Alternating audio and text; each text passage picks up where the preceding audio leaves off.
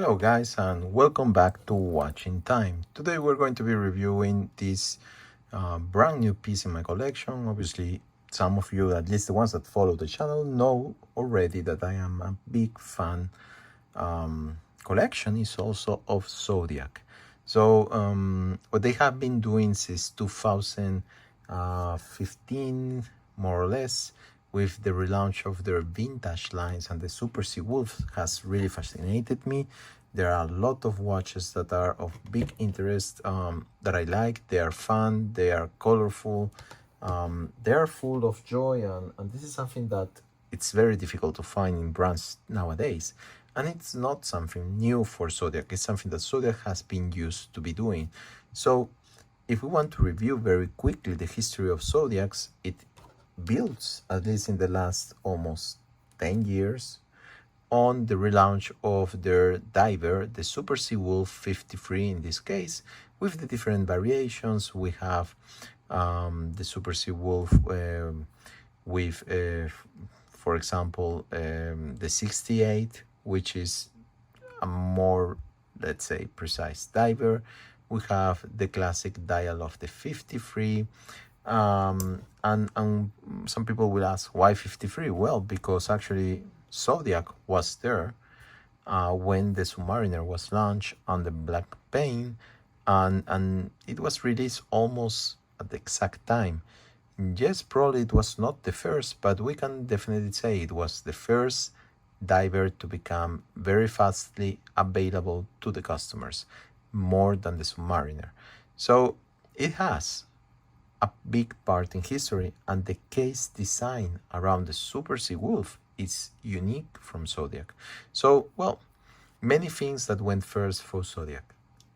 The 50s went through obviously with divers, and during the 60s they decided to come out with a chronometer watch, based obviously on their designs for the Sea Wolf. And so it's a diver, it's born as a diver, but it also have the chronograph function. I have seen, and I have in the collection, a couple of diving chronographs. Some of them have impermeability values that are crazy, like 1000 meters, and you still have a chrono. Obviously, when you start to going into deeper areas of water, most probably you will also have the pushers that are screwed down and have an extra seal for the water pressure. In the case of the Sea-Chron, you actually have normal pushers that can be activated, obviously not underwater ideally, but don't need to screw down. And this is something that I think it's a positive point, and it comes with 200-meter water resistance. So let's go through the basics first. The Sea-Chron, as I was saying, it was launched in the 60s, and for the new Zodiac relaunch phase in the last 10 years almost, this is the first time that they are releasing an automatic chronograph based on that design. And it is a movement, it has Sacelita 501 inside. It is a good, reliable Swiss-made movement, and it's the first time that they are basing from their origins and releasing the Sea-Chron back to nowadays, obviously with some more technical advantages that the future, the present for us, actually could offer respect to the 60s. So the model, they have presented this watch in two dials. One, the one that you are seeing right in front of you, so blue with black markers, and the other one is a reverse panda coloration, so you have black on the dial and white on the spheres. And that it is actually the one that resembles the most the original 60s Sea-Chron. This one is a coloration that was not there in the 60s, but it is kind of the modern proposal, if you want to put it that way, in terms of colorway. In this case, Zodiac has not chosen to go all the way to have something big, shiny, and colorful. Let me tell you guys, it would be really fun to see a colorful watch that has also a chronograph function. So Who knows, maybe in the future there will be some variations. Anyway, let's go back to the specificalities of this watch. You have a bezel that is a ceramic bezel in this case, with a lume inclusion into the markers. So the markers in the bezel are actually lume. In the dial, you will see better on this shot, you actually have a sandwich dial. So the markers that you see at 12, 1, 2 p.m., 4, 5, 6, 7, and 8, and obviously 10 and 11, they are all a sandwich lume. Quite interesting because you have a back layer in the watch that it's lume that is going to be creating a very nice effect with these markers that are not popping up but actually part of the underneath section of the dial. Let's go back to the presence of the Zodiac logo and the name Sea-Chron. This is very similar to the original in the 60s. Then you have obviously the seconds marker, and the other ones are used when you're going to be chronographing. The hands are the classic ones that you will see in most Super Seawolf watches from Zodiac. So, and they tend to put a little bit of color on the minute's hand. So in this case, it's white and the other one is left silver. I think it's a nice touch. It actually takes on the color of the lume and definitely gives a little bit of pop-up. You have an internal bezel that it's a tachymeter, so you can actually measure speed if you wanted to with this chronograph, and it's not part of the external bezel. So there you go, guys. You can still dive with this watch, keep track of your diving timing, and at the same time have a tachymeter eventually for measuring inside.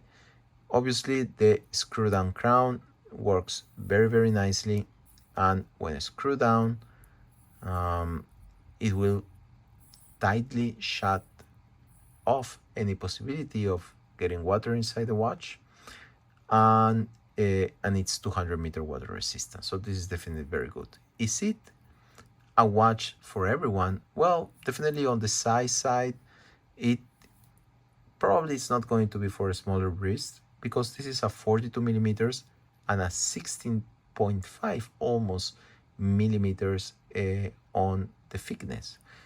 Obviously, the Celita that is used as a chronograph movement is not a thin movement, and at the same time you want to preserve the water resistance, so in some cases also the case size it's made for that. The bracelet is a Jubilee bracelet, that style that actually is not the same that they are using on their Super Seawolf line. It is slightly different, and I think fits quite nicely the watch overall. The clasp, it's a deployant clasp that Zodiac uses in most of their watches, that has a very nice elastic spring, as you can see, extension that lets it a little bit of space if your wrist just swells because of the hotness or sweat or whatever. So that definitely is a nice point to that. I have always loved the deployment that the Zodiac is doing.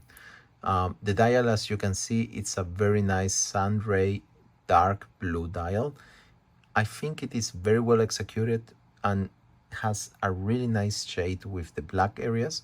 It's, because it's a color that is going to be changing depending on the light. In some lights it looks a little bit greener, in some others a little bit more blue, or in some moments even black. So I think it works perfectly. It remains elegant, it remains a diver, and at the same time a chrono. So let's do try it on the wrist so that you can have a look. My wrist is an 18.5.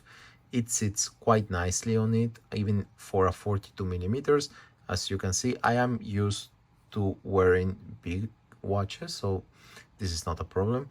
And definitely, I think the size fits well. Yes, it's a little bit thick, but what chrono is not thick nowadays? I am thinking right now about the Tudor Black Bay chronograph. It's also a thick watch.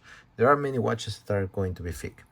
Can you do chronographs that are thinner or smaller? Well, absolutely you can.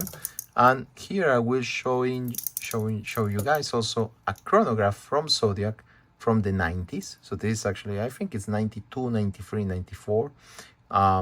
As you can see, this is integrated bracelet chronograph from Zodiac. At the time, it was kind of the gray area in which the brand was kind of relaunching after the quartz problem that happened. But as you can see, the design, it is still very nice, even if it's vintage, it's still modern. You have also a chronograph, but in a much thinner case. Here it's around 12 to 13 millimeters. And the case is small overall because this is roughly 40 millimeters in diameter, even smaller. The bracelet quite nicely fits and integrated. As you can see, it's totally integrated to the case, and it has a very interesting shape that reminds you kind of a belt of a tank. This is what comes to my mind when I wear it. But these type of watches are actually very, very comfortable. So anyway, I just wanted to showcase you guys a chrono vintage Zodiac watch from the 90s with this very, very nice re-edition of the Sea-Chron. Hope that you like the video, guys, and we will see each other very soon in another video. I have many watches that I still need to pick up and showcase. This Seiko 5 Mask Rider, it's a very nice example of a nice watch that can be easily added to any collection, I believe. So anyway, guys, see you in the next video, and until then, please take care.